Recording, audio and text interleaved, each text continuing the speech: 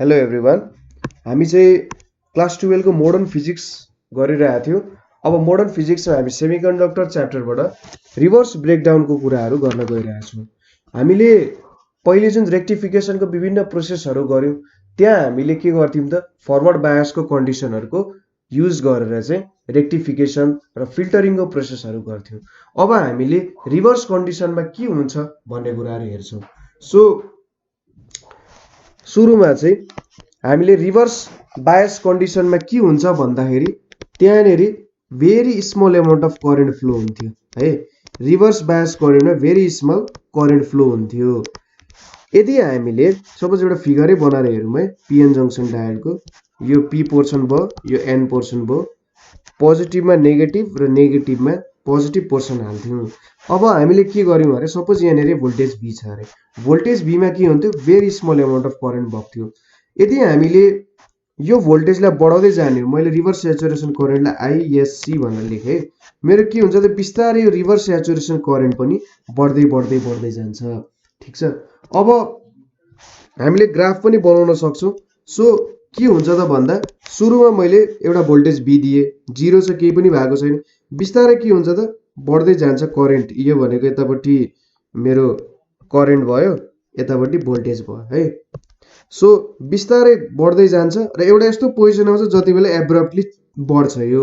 So यो पोजिसनलाई चाहिँ के भन्छ त भन्दा रिभर्स ब्रेकडाउन कन्डिसन भन्छ। ठिक छ, रिभर्स ब्रेकडाउन भन्छ यसलाई। र जुन भोल्टेजमा यो हुन्छ यसलाई चाहिँ रिभर्स ब्रेकडाउन भोल्टेज भनेर भनिन्छ। सो के हुँदो रहेछ त भन्दा सुरुमा मैले रिभर्स भोल्टेज एप्लाई गर्दा एकदमै सानो amount of reverse current flow हुन्थ्यो, जसलाई चाहिँ रिभर्स स्याचुरेसन करेन्ट भनेर भन्छ। र जति जति मैले भोल्टेज इन्क्रिज गराउँदै जान्छु यो रिभर्स स्याचुरेसन करेन्ट पनि इन्क्रिज हुँदै जान्छ। र एउटा यस्तो पोजिसन आउँछ जति बेला चाहिँ करेन्ट चाहिँ एब्रप्टली के हुन्छ त इन्क्रिज हुन्छ, एकदम हाई एमाउन्टमा इन्क्रिज हुन्छ र यसलाई चाहिँ के भन्छ त रिभर्स ब्रेकडाउन भोल्टेजको कन्डिसन भन्छ। रिभर्स ब्रेकडाउन भोल्टेजको कन्डिसन कस्तो हुँदो रहेछ त भन्दा एउटा भोल्टेज सर्टेन भोल्टेज आएपछि करेन्ट पनि एब्रप्टली नै के हुन्छ इन्क्रिज हुन्छ। ठिक छ, यसलाई रिभर्स ब्रेकडाउन भोल्टेज भन्छ। अब रिभर्स ब्रेकडाउन भोल्टेजमा चाहिँ के हुन्छ भन्दाखेरि जुन क्रिस्टल स्ट्रक्चर हुन्छ नि, जुन हामीले जर्मेनियम सिलिकनहरू युज गरेका छौँ त्यो क्रिस्टल स्ट्रक्चर नै ब्रेकडाउन हुन जान्छ। क्रिस्टल स्ट्रक्चर नै के हुन्छ त फुट्छ क्या, टोटली ब्रेकडाउन हुन्छ र त्यहाँबाट अब एकदम हाई एमाउन्टमा चाहिँ करेन्ट फ्लो हुन थाल्छ। ठिक छ। अब यो कुराहरू चाहिँ जुन यो जङ्सन ब्रेकडाउन भन्छ यसलाई चाहिँ होइन, जङ्सन ब्रेकडाउन भन्छ। यस्तो कन्डिसनहरू चाहिँ नर्मल्ली हामीले गर्दैनौँ, किनभने यस्तो कुराहरू नर्मल्ली गर्यो भने क्रिस्टलै ब्रेक हुनु भनेको त के हो त भन्दा हाम्रो डायोडै बिग्रियो जस्तो हुन्छ क्या।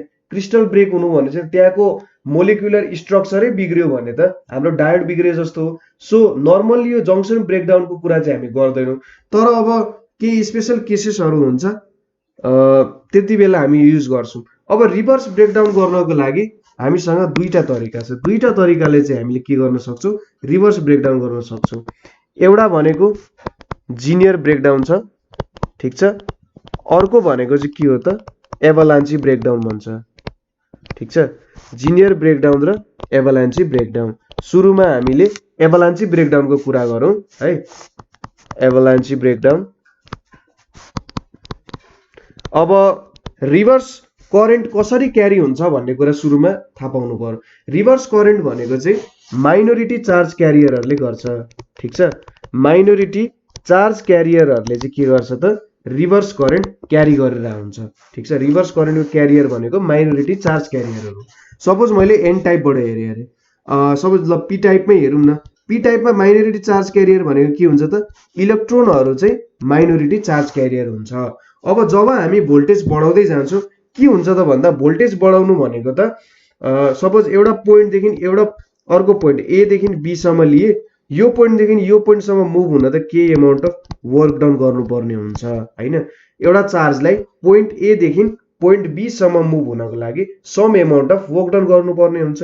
सपोज हामीले भोल्टेज बढाउनु भन्नुको मतलब के हो त यो वर्क डन छ नि, यो वर्क डन गर्ने क्यापासिटी बढाउनु हो। वर्क डन गर्ने क्यापासिटी बढाउनु भनेको त्यो इलेक्ट्रोनको इनर्जी बढाउनु हो है। सो वर्क डन गर्ने क्यापासिटी बढाउनु भनेको इलेक्ट्रोनको इनर्जी चाहिँ बढाउनु पर्ने हो। सो जब हामी इलेक्ट्रोनको इनर्जी बढाउँछौँ, कसरी बढाउँछौँ त इलेक्ट्रिक फिल्डलाई हामीले बढायौँ भने, सपोज यो इलेक्ट्रोन हिँडिरहेछ, मैले अब इलेक्ट्रोन चाहिँ यो प्रोटोनतिर जान खोजिरहेछ भने मैले फिल्ड बढाएँ भने के हुन्छ, जति जति मैले फिल्ड बढाउँछु यो इलेक्ट्रोनको इनर्जी त्यति नै ज्यादा हुन जान्छ हैन। र के हुन्छ त इलेक्ट्रोन जब हिँडिरहेको हुन्छ उसले बाटोमा अरू एटमहरू भेट्छ। यो इलेक्ट्रोन छ नि, यहाँनेरि अरू एटमहरू यसरी बसिरहेको हुन सक्छन् है। अब यसको एकदमै हाई अमाउन्ट अफ इनर्जी छ भने यो चाहिँ अरू एटमसँग ठोकिन जान्छ, ठिक छ। एकदम हाई अमाउन्ट अफ इनर्जी हुन्छ र अरू एटमसँग ठोकिन जान्छ र इलेक्ट्रोनहरू बाहिर निकाल्छ। यसले इलेक्ट्रोन र आयोन्सहरू बाहिर निकाल्न जान्छ। आयोन्स भनेपछि अब हाम्रो इलेक्ट्रोन निस्किसकेपछि त त्यो आयोन त पोजिटिभ चार्ज हुने भयो र यो इलेक्ट्रोनले यो आयोन्स र इलेक्ट्रोन्सहरूलाई, जुन यो हाम्रो ओरिजिनल इलेक्ट्रोन त धेरै हुन्छन् नि, धेरैवटा इलेक्ट्रोनहरू हुन्छ।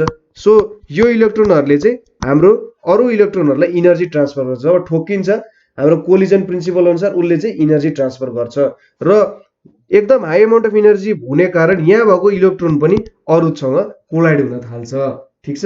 अरूसँग कोलाइड भएर के हुन्छ त यसले एउटा इलेक्ट्रोनले ठोकेर एउटा इलेक्ट्रोन निकाल्यो, यो दुईटा इलेक्ट्रोनले ठोकेर 4वटा निकाल्छ हैन। यो 4वटाले 8वटा निकाल्छ, 8वटाले 16वटा 32वटा हुँदै यसले चाहिँ एउटा के गर्छ, चेन रियाक्सन गर्छ, ठिक छ। तपाईले एभालान्स देख्नु भएको छ होला नि, माउन्टेनबाट एभालान्स आउँदा के हुन्छ, एउटा सर्टेन हाइटबाट बिस्तारै झर्दै जान्छ। सुरुमा थोरै थोरै एलिमेन्ट कलेक्ट गर्दै गर्दै गर्दै यो चाहिँ ठुलो हुँदै जान्छ के। यसमा पनि के हुन्छ त भन्दा एभालान्स चाहिँ किन भन्यो त, सुरुमा एउटा इलेक्ट्रोनले अर्कोलाई ठोकिन्छ, दुईटा क्रिएट गर्छ, दुईटाबाट 4वटा, 4वटाबाट 8वटा हुँदै एकदमै धेरै हाई नम्बर अफ के गर्छ त चार्जहरू चाहिँ क्रिएट गर्छ र धेरै चार्ज क्रिएट गरेपछि के हुन्छ त यहाँनेरि जङ्क्सन ब्रेकडाउन हुन्छ र एकदमै हाई अमाउन्ट अफ करेन्ट चाहिँ फ्लो हुन थाल्छ। सो यस्तो खालको ब्रेकडाउनलाई चाहिँ जहाँनेरि एकदमै धेरै हाई इलेक्ट्रिक फिल्ड युज गरेर हामी चाहिँ यो काम गर्छौँ, यसलाई के भन्छ त एभालान्ची ब्रेकडाउन भनेर हामी यसलाई डिफाइन गर्छौँ। अब अर्को छ हामीसँग जिनियर ब्रेकडाउन भनेर छ। हामीले एभालान्ची ब्रेकडाउन पढ्यौँ, जिनियर ब्रेकडाउन छ। अब के गर्यो अरे भने सपोज हामीले यो कन्डिसन भनेको हामीले नर्मल पिएन जङ्क्सन डायोडमा, सपोज हाम्रो पिएन जङ्क्सन डायोड पहिलेदेखि हेभिली डोप्ड थियो। हेभिली डोप्ड थियो भनेको हामीले जेनरली 1 पार्ट इन बिलियन, 1 बिलियनमा 1 बिलियनवटा हामीसँग सिलिकन जर्मेनियम छ भने हामीले एउटा एटम चाहिँ इम्प्युरिटी राख्थ्यौँ। तर हामीले suppose 5 part in million 1 billion राख्यौँ भने के हुन्छ त भन्दा यता धेरै डोप्ड भयो। यो धेरै डोप्ड भयो भने के हुन्छ त, यो मेरो ब्यारियर पोटेन्सियल जुन छ, ब्यारियर पोटेन्सियल थोरै हुन जान्छ, किनभने मेरो यो जुन ब्यारियर छ नि, पोटेन्सियल ब्यारियर हो, त्यो चाहिँ एकदम न्यारो हुन जान्छ, ठिक छ। किनभने मैले यहाँनेरि धेरै डोप गरेँ भने त मेजोरिटी चार्ज क्यारियरहरू एकदमै ज्यादा हुन्छ नि, दुई साइडमै मेजोरिटी चार्ज क्यारियरहरू, यो पी पोर्सन भयो भने होल्सहरू एकदम ज्यादा हुन्छ, यो एन पोर्सन भयो भने यसमा के हुन्छ त भन्दा इलेक्ट्रोनहरू एकदमै ज्यादा हुन्छन्। इलेक्ट्रोनहरू र होल्सहरू एकदमै ज्यादा भयो भने के हुन्छ, मेरो डिप्लिसन रिजन चाहिँ एकदमै के हुन्छ, सानो हुन जान्छ। र अब मैले यहाँनेरि चाहिँ रिभर्स करेन्ट युज गरेँ अरे, पोजिटिभ साइडमा नेगेटिभ, नेगेटिभ साइडमा पोजिटिभ एप्लाई गर्दाखेरि के हुन्छ भने मैले फिल्ड चाहिँ 10 into suppose 10 to the power 8 volt per meter के हुन्छ त यति फिल्ड युज गरेँ भने मेरो एकदमै धेरै इलेक्ट्रोन्सहरू चाहिँ पुल आउट हुन थाल्छ कोभ्यालेन्ट बोन्डबाट हैन। र अब हाम्रो ब्यारियर रिजन अथवा ब्यारियर पोटेन्सियल एकदमै सानो छ भने के हुन्छ भने यसरी रिभर्समा राख्दा पनि माइनोरिटी चार्ज क्यारियरहरू पनि त धेरै हुने भयो हैन। सो माइनोरिटी चार्ज क्यारियरहरू चाहिँ अपोजिट डिरेक्सनमा फ्लो भएर यहाँनेरि के हुन्छ त, यो ब्रेकडाउन हुन जान्छ, यहाँनेरि जङ्क्सन ब्रेकडाउन हुन्छ। फेरि एकचोटि हेरौँ के छ त, हाई डोपिङ गरेको छु मैले। हाई डोपिङ गर्नुको मतलब के भयो त, मेजोरिटी प्लस माइनोरिटी चार्ज क्यारियरहरू धेरै हुने हो। यो भयो चाहिँ के हुन्छ, मेरो स्मल ब्यारियर पोटेन्सियल हुन्छ। स्मल ब्यारियर पोटेन्सियल भएपछि के हुन्छ त, जब मैले यसलाई रिभर्समा लान्छु, रिभर्समा लाँदा के हुन्छ त, भोल्टेज मैले थोरै युज गरेँ भने पनि हाई नम्बर अफ इलेक्ट्रोन्स चाहिँ के गर्छ त हाई नम्बर अफ इलेक्ट्रोन्स र होल्स चाहिँ ट्रान्सफर हुन थाल्छ। सो क्रिएट हुन्छ र रिभर्स करेन्ट चाहिँ एकदम स्टिपली राइज हुन्छ। सो यस्तो जहाँनेरि चाहिँ हामीले एकदम हाई डोपिङ गरेर रिभर्स करेन्ट एकदमै ह्याप्पी बढाउँछौँ यसलाई चाहिँ के भन्छ त जिनियर ब्रेकडाउन भनेर भन्छ। ठिक छ, यसलाई के भनियो त जिनियर ब्रेकडाउन भनेर भनियो। अब मैले सो यति पढिसकेपछि अब मैले यो कुराहरू कति बेला युटिलाइज गर्न सक्छु होला र के डिभाइसमा युटिलाइज गर्न सक्छु होला भन्ने कुराहरू थोरै हेरौँ। सपोज अब मैले पढ्ने कुरा भनेको चाहिँ जिनियर डायोडको कुरा हो।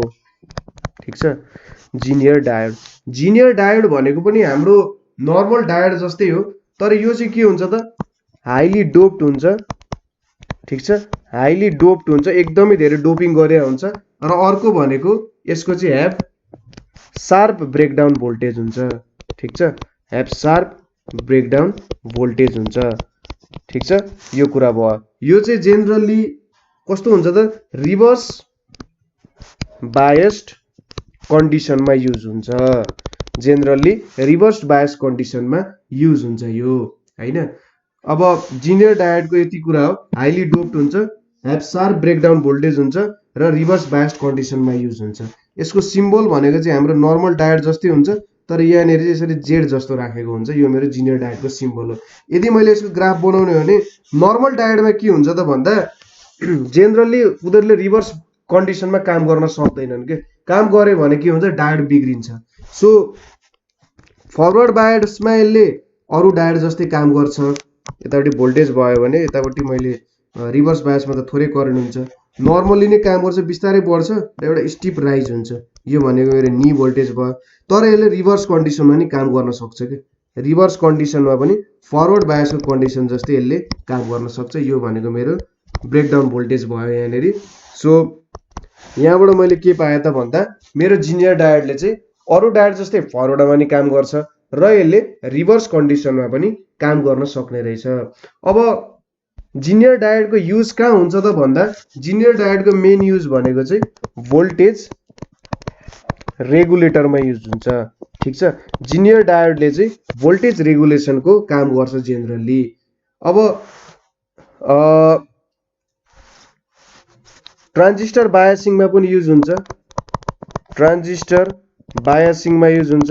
त्यसै गरी मिटर बक्स हुन्छ नि हाम्रो, मिटर बक्सको प्रोटेक्सनमा पनि युज भइरहेको हुन्छ।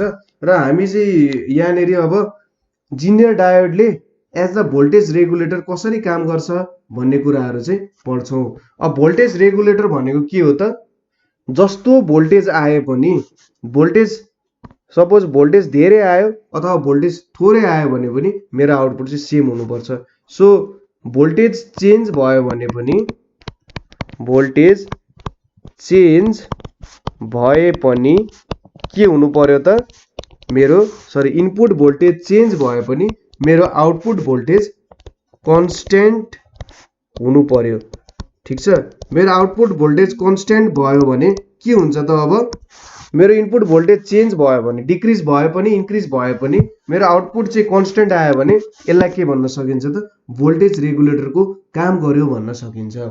सो जिनियर डायोडको सर्किटको भोल्टेज रेगुलेटरको सर्किट कस्तो हुन्छ त्यो हेरौँ एकचोटि। यहाँनिर एउटा आरएस भनेर राखेको हुन्छ सोर्स रेजिस्टेन्स, यतापट्टि के हुन्छ मेरो जिनियर डायोड राखेको हुन्छ, जिनियर डायोड है।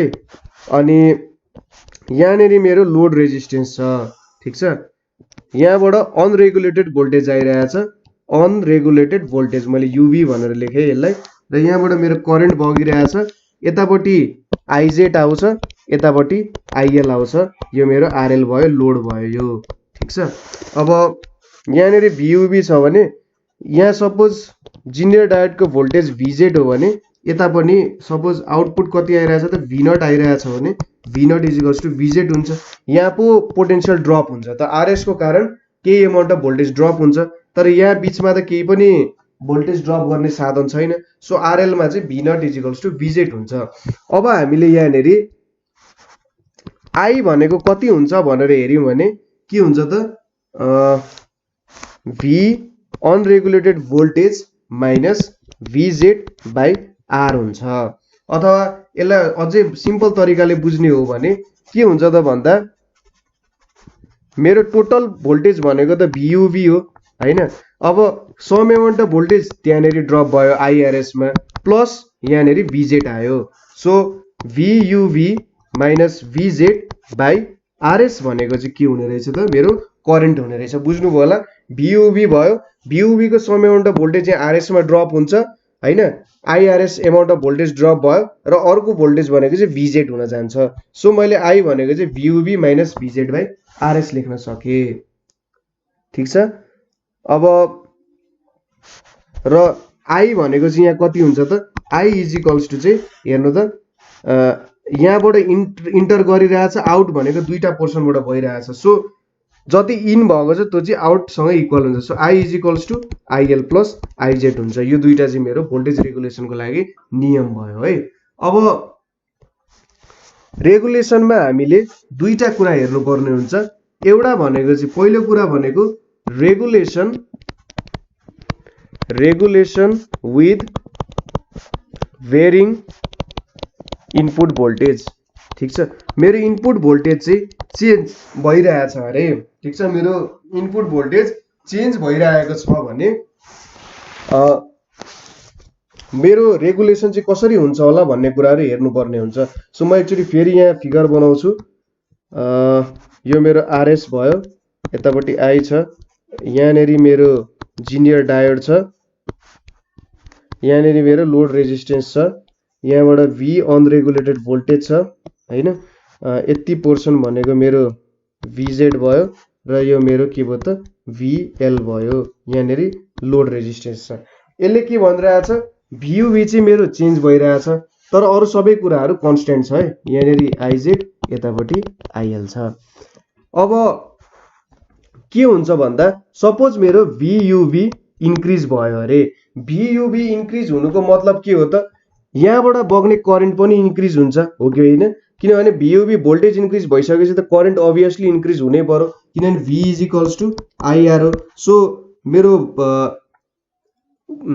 के अरे ओम्स लले के भन्छ त इनपुट करेन्ट कति आयो त्यो भोल्टेजमा डिपेन्ड हुन्छ। So V is directly proportional to I हुन्छ। सो भोल्टेज बढ्नु भनेको मेरो करेन्ट पनि बढ्नु हो। सो यो I करेन्ट बढ्छ। सो यो पोर्सनमा के हुनु त मैले IRS गरे भने मेरो I बढ्यो भने चाहिँ मेरो के भयो त ड्रप पनि बढ्ने भयो हैन। यहाँनेरि के भयो त पोटेन्शियल ड्रप पनि बढ्ने भयो।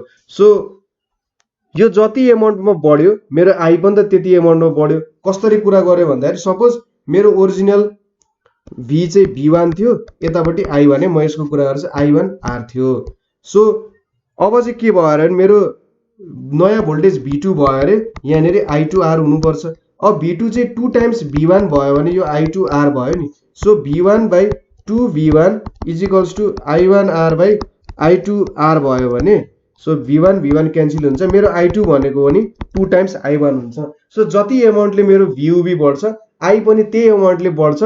सो IRS पनि त्यही एमाउन्टले बढ्ने हो। मलाई के थाहा छ VUV भनेको IRS प्लस VZ हो कि होइन। सो VUV जति एमाउन्टले बढ्छ मेरो I पनि त्यति एमाउन्टले बढ्यो भने मेरो पहिली भोल्टेज ड्रप यहाँ जति एमाउन्टको थियो सो डबल भयो भने यहाँ पनि double amount of voltage drop हुन्छ। बुझ्नुभयो होला कुरा। सपोज मेरो VUV पहिली 10 भोल्ट थियो अरे। मेरो I को भ्यालु चाहिँ कति थियो अरे 2 एम्पियर थियो अरे। अब मेरो रेजिस्टेन्स को भ्यालु कति थियो अरे भन्दा 10 ओम थियो अरे। सो IR मा ड्रप हुने भोल्टेज भनेको चाहिँ कति हुन्छ त सरी 10 ओम यहाँनेरि अलिकति मिलाएर भ्यालु राखौं। सो 0.5 थियो भने यहाँनेरि कति आउनु भयो 0.5 इन्टु 10 भनेको कति हुन्छ त 5 भोल्ट ड्रप हुन्थ्यो अरे। र मेरो VZ को भ्यालु कति आउँथ्यो त VUV माइनस IR आउँथ्यो। यसको मतलब 5 भोल्ट आउँथ्यो। अब मेरो के भयो अरे VUV डबल भयो अरे 20 भोल्ट भयो भने मेरो I कति हुन्छ त अब ठ्याक्कै पहिली I1 यो रिलेसन हेर्ने भने I1 0.5 थियो भने I2 भनेको त 1 भोल्ट हुने भयो। 1 भोल्ट भनेपछि 1 भोल्ट अलिकति यहाँनेरि मैले गलत फर्मुला युज गरेछु छु। यहाँनेरि कसरी चेन्ज हुन्छ भन्ने कुरा हेर्नु पर्यो भने चाहिँ I भनेको चाहिँ VUV माइनस VZ बाई आरले हेर्नुपर्छ है। सो VUV मेरो 10 बाट 20 भयो भने 20 माइनस VZ भनेको 5 थियो, आर भनेको कति छ 10 छ भनेपछि यहाँनिर 15 बाई 10 भनेपछि 1.5 भोल्ट हुन्छ क्या। मेरो आई चाहिँ कति हुने भयो त 1.5 भोल्ट हुने भयो भने मेरो ड्रप कति हुने भयो त भन्दा 15 भोल्ट ड्रप हुने भयो। सो 15 भोल्ट ड्रप हुनुको मतलब 20 minus 15 is equals to 5 volt आउने भयो मेरो VZ को भ्यालु। ठिक छ, कुरा बुझ्नु होला। फेरि एकचोटि म सानो एक्जाम्पल गरेर बुझाइदिन्छु। सपोज मेरो भोल्टेज जुन आइरहेछ अनरेगुलेटेड भोल्टेज 10 भोल्ट थियो अरे। सो त्यति बेला करेन्ट कति बग्थ्यो अरे भन्दा 0.5 एम्पियर बग्थ्यो अरे र रेजिस्टेन्स भनेको 10 ओम थियो अरे। सो त्यति बेला पोटेन्शियल ड्रप IR भनेको कति हुन्थ्यो त 5 भोल्ट हुन्थ्यो हैन, I इन्टु R। सो मेरो VZ कति आउँथ्यो त V minus IR is equals to 5 volt आउँथ्यो। अब मेरो VZ डबल 20 भोल्ट भयो भने मेरो करेन्ट कति हुन्छ त यति बेला 20 माइनस VZ बाई R। हामीले अगाडि रहेको फर्मुला VZ भनेको 5 छ, R भनेको 10 छ भनेपछि 1.5 हुने भयो। सो मेरो नयाँ करेन्ट भनेको 1.5 भोल्ट आउँछ र I इन्टु R गर्दाखेरि 1.5 इन्टु 10 भनेको 15 भोल्ट चाहिँ मेरो ड्रप हुने भयो। सो VZ भनेको कति हुन्छ त V माइनस IR भनेको 5 भोल्ट आउने भयो है। अब सपोज इन्क्रिज हुँदा त बुझ्यो, सपोज डिक्रिज भयो अरे, डिक्रिज हुँदा के हुन्छ होला त सपोज मेरो VUV पहिले 10 भोल्ट थियो हैन र मेरो I 0.5 एम्पियर थियो र R को भ्यालु 10 ओम थियो भने अब VZ भनेको कति हुन्छ त VUV minus I into R। यो भनेको कति आउँथ्यो 5 भोल्ट आउँथ्यो। सपोज अब मेरो VUV कति भयो अरे 8 भोल्ट भयो अरे हैन, 8 भोल्ट भयो, डिक्रिज भयो। अब मेरो I भनेको कति आउँछ त 8 माइनस 5 बाई 10 भनेपछि 8 माइनस 5 भनेपछि 3 0.3 आउँछ। 0.3 आउनुको मतलब मेरो ड्रप कति हुने रहेछ I इन्टु R भनेको 0.3 इन्टु 10 भनेको कति आउँछ त 3 भोल्ट आउँछ। सो मेरो VZ कति आउँछ त VUV माइनस IR भनेको कति आउँछ त 8 minus 3 is equals to 5 volt नै आउँछ। हेर्नु त। सो इन्क्रिज होस् वा डिक्रिज होस् मेरो भोल्टेज चाहिँ के आउने भयो त रेगुलेट हुने भयो। यदि मेरो इनपुट भोल्टेज चेन्ज भए पनि मलाई खासै फरक परेन हैन। सो यसरी चाहिँ भेरिङ इनपुट भोल्टेज भयो भने मेरो जिनियर डायोडले रेगुलेट गर्ने रहेछ। सो अब अर्को भनेको regulation with varying load resistance. ठिक छ, अब मेरो लोड रेजिस्टेन्स चाहिँ भेरिङ हुन थाल्यो with varying load resistance. So फेरि एकचोटि फिगर बनाऊ। यहाँनिर हाम्रो सोर्सको RS रेजिस्टेन्स छ, यहाँनिर हाम्रो जिनियर डायोड छ हैन। त्यसै गरी यहाँनिर लोड छ, यहाँनिर मेरो भेरिङ इनपुट छ हैन त, यो VUV नै लेखेको छु, VUV छ यहाँनिर। सो यहाँबाट I बगिरहेछ, यतापट्टि IZ छ र यतापट्टि IL छ, RL छ। ठिक छ, यसले के भनिरहेछ त सपोज हामीलाई के थाहा छ भने यदि रेजिस्टेन्स घट्यो भने सपोज तपाईहरु जहिले पनि सजिलो बाटो जान खोज्नुहुन्छ नि, सजिलो बाटो भयो भने के हुन्छ त तपाई त्यही बाटो हिँड्न चाहनुहुन्छ। र करेन्टली पनि के गर्छ त भन्दा जहाँनेरि रेजिस्टेन्स कम छ त्यहीनेरि बग्न चाहन्छ धेरै, जहाँनेरि रेजिस्टेन्स बढी छ त्यहाँनेरि बग्न चाहदैन। सो सपोज सुरुमा हामीले RL लाई घटायौं भने के हुन्छ त भन्दा यो IZ छ, RL लाई घटायौं भने मेरो IL त इन्क्रिज हुनु पर्यो, किनभने RL को भ्यालु थोरै भइसकेपछि यहाँबाट IL त बढ्नु पर्यो नि अहिलेको हाम्रो कन्सेप्ट अनुसार। अब IL के भयो त बढ्यो रे, हामीलाई के थाहा छ I is equals to IL plus IZ हुन्छ हैन। सो मेरो के भयो IL बढ्यो भने I त कन्स्टेन्टै छ जहिले पनि हैन, मेरो VUV त चेन्ज भएको छैन। सो IL बढ्यो भने के हुन्छ त IZ भनेको त I माइनस IL हो। सो IZ को भ्यालु के हुने भयो त यहाँनिर सरी बढ्ने हैन घट्ने भयो। ठीक छ, बुझ्नु भयो। जब मैले RL घटाउँछु त्यति बेला यहाँ रेजिस्टेन्स कम भएर RL चाहिँ धेरै करेन्ट चाहिँ यहाँबाट बग्न थाल्छ। धेरै करेन्ट बग्दाखेरि के हुन्छ त यहाँनिर हाम्रो रिलेसन अनुसार IZ को भ्यालु चाहिँ घट्न जान्छ। अब IZ को भ्यालु घटेपछि के हुन्छ त भन्दा हामीलाई त के छ त RL मा जहिले पनि कन्स्टेन्सी चाहिएको छ नि त हैन। अब सो यहाँबाट हामीले के थाहा पायौं भने सपोज IZ को भ्यालु घट्यो भने IZ को भ्यालु घट्नुको मतलब यहाँनिर के हुन जान्छ त भने यहाँ IZ घट्यो, IZ घट्नुको मतलब सो यहाँबाट के बुझ्न सकिन्छ भने हेर्नु आइजेड को भ्यालु घट्यो। अब यो त आई जहिले पनि के हुन्छ यहाँनिर सपोज कन्स्टेन्ट हुन्छ, कन्स्टेन्ट भयो।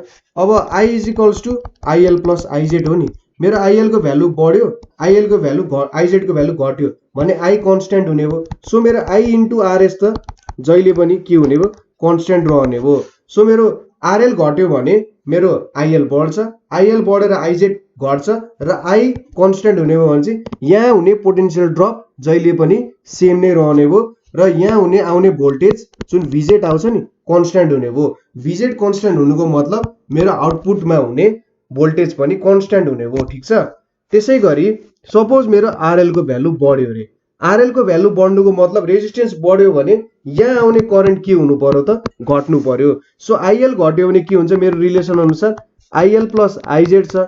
अब IZ is equals to I minus IL छ नि। सो आइएल घट्यो भने मेरो आइजेड बढ्ने भयो नि त, ठिक छ। आइजेड बढ्यो भने के हुन्छ त यो आई फेरि कन्स्टेन्ट हुने भयो। कन्स्टेन्ट भएपछि के भयो त यहाँबाट हुने ड्रप सेम हुन्छ र भिजेड को भ्यालु जहिले पनि सेम हुने भयो। सो यो कुरा कसरी बुझ्न सकिन्छ भने सपोज मेरो आरएल को भ्यालु बढ्यो रे, सपोज मेरो सुरुमा आइएल को भ्यालु 1 एम्पियर छ, मेरो आइजेड को भ्यालु 0.3 एम्पियर छ अरे र आई को भ्यालु चाहिँ 1.3 एम्पियर हुने भयो अभियसली।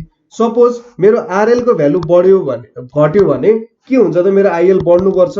सो आइएल बढ्यो रे कति भयो रे त भन्दाखेरि 1.2 एम्पियर भयो अरे। आइएल को भ्यालु 1.2 एम्पियर हुनुको मतलब मेरो आइजेड को भ्यालु घट्नु हो। कतिले घट्छ त भन्दा आइजेड भनेको आई माइनस आइएल हुन्छ, यसको मतलब 0.1 एम्पियर हुन्छ। आइजेड 0.1 एम्पियर, आइएल 1.2 एम्पियर भयो भने हेर्नु त 1.3 भयो, आई त जहिले पनि सेम नै रहने भयो। सो यहाँ हुने भोल्टेज ड्रप जहिले पनि सेमै हुन्छ।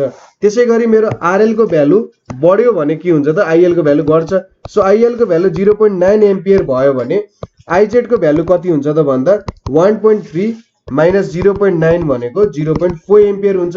सो 0.9 प्लस 0.4 भनेको त 1.3 आयो। सो फेरि पनि के हुने भयो त यहाँनिर सेम हुने भयो। सो मेरो जिनियर डायोडले चाहिँ जहिले पनि भोल्टेज रेगुलेटरको काम गर्छ। मेरो लोड रेजिस्टेन्स भेरी होस् कि मेरो इनपुट भोल्टेज भेरी होस्, मेरो जिनियर डायोडले चाहिँ जुन कन्डिसनमा पनि भोल्टेजलाई रेगुलेट गर्न सक्यो। सो हामीले यहाँनिर ब्रेकडाउन विभिन्न रिभर्स ब्रेकडाउनको कन्डिसन, त्यसै गरी जिनियर डायोड भनेको के हो र जिनियर डायोडलाई चाहिँ भोल्टेज रेगुलेटरको रूपमा कसरी काम गर्न सकिन्छ त्यो कुराहरू हेरौँ। तपाईँले कतै बुझ्नु भएन भने नेपाल अनलाइन स्कुलमा तपाईँले कमेन्ट गर्न सक्नुहुन्छ, हामी तपाईँको प्रब्लम अवश्य सल्भ गर्छौँ। र यो कुराहरू बुझ्नु भएन भने चाहिँ प्लिज कमेन्ट होस् है, हामी जोस् जति सक्छौँ तपाईँलाई त्यो कुरामा हेल्प गर्न खोज्छौँ। सो आजको लागि यति नै, थ्याङ्क यू फर